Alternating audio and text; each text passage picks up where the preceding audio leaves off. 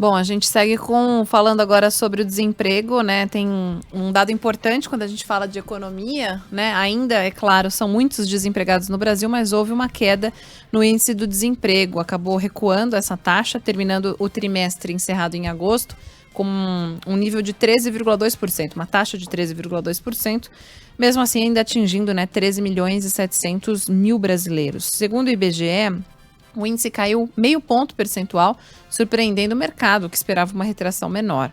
A informalidade puxou a queda no desemprego, o número de trabalhadores sem carteira assinada subiu 10%, e apesar do aumento da população empregada, o rendimento médio real do trabalhador ficou em R$ 2.489, o que corresponde a uma redução de 4,3% em 3 meses.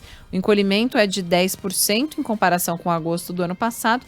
Resultado sinaliza uma corrosão da renda proveniente do trabalho, em um momento de inflação acima dos 10% no acumulado em 12 meses.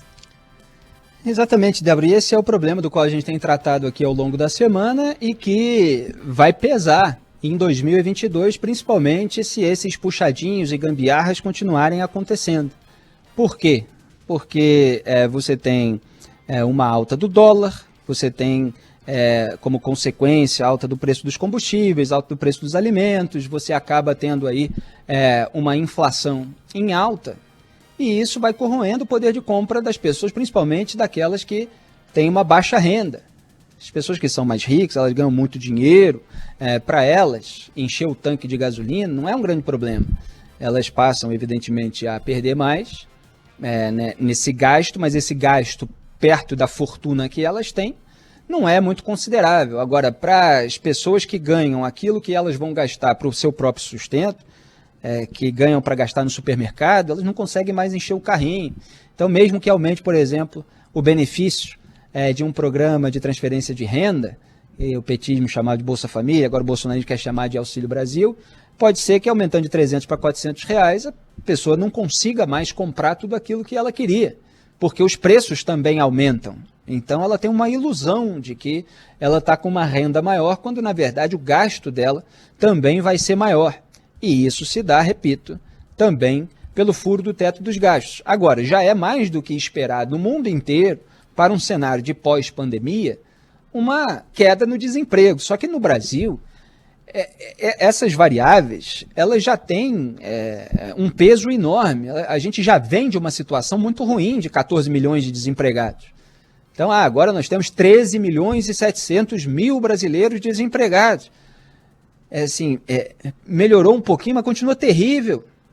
E melhorou um pouquinho, apesar de tudo aquilo que está sendo feito na gestão da economia brasileira, como a gente tem visto nos últimos dias, e foi resultado de tantas polêmicas que acabam gerando outras, né? Como a gente acabou de ver treta do Ministério da Economia com o Ministério da Ciência e Tecnologia, porque o pessoal lá está com nervos à flor da pele de tão pressionado que está. Então, para isso, resolver o problema de uma maneira correta, você precisa ter um senso moral para dizer não para gastos que visam apenas os interesses escusos de pessoas que têm condição de se sustentar, e você precisa ter ali a competência para gerir a economia de uma maneira devida. Porque muitas vezes o resto aparece por iniciativa privada, pela criatividade das pessoas, às vezes até para, de certa forma, contornar toda a burocracia que se estabelece para você empregar alguém, para você pagar. Há ainda muitos obstáculos para os empreendedores no Brasil, para os próprios empresários, mas você tem uma população que acaba conseguindo, na informalidade, se virar, com a sua barraquinha de cachorro-quente, com a sua barraquinha de pipoca, fazendo doce para os vizinhos e tal. E o ideal é que essas pessoas, que às vezes abrem uma padaria e tal, que elas tivessem mais facilidade para crescer no Brasil. Mas é difícil, porque o que interessa aos populistas é manter uma população dependente do Estado por meio daquilo que muitos chamam de esmola estatal, que o próprio Bolsonaro na oposição chamava de Bolsa Farelo, e você manter um empresariado forte por meio dos escambos com o Estado. Que aí o político ele tem controle sobre ambas as categorias. Uma depende dele para liberar uma verba pequena só para ter aquele sustento de ocasião, ameaçando que se tire se um adversário chegar ao poder e tal. E o outro é aquele que depende dos favores, da influência política para ampliar o seu negócio e ter, normalmente, uma concorrência desleal com os demais empreendedores, aqueles que fazem tudo certinho, aqueles que não querem se meter com o governo, com o Estado. É isso que interessa a populistas, autocratas, como a gente tem no Brasil na história recente, agora e talvez tenha de novo, se a população não abrir o olho.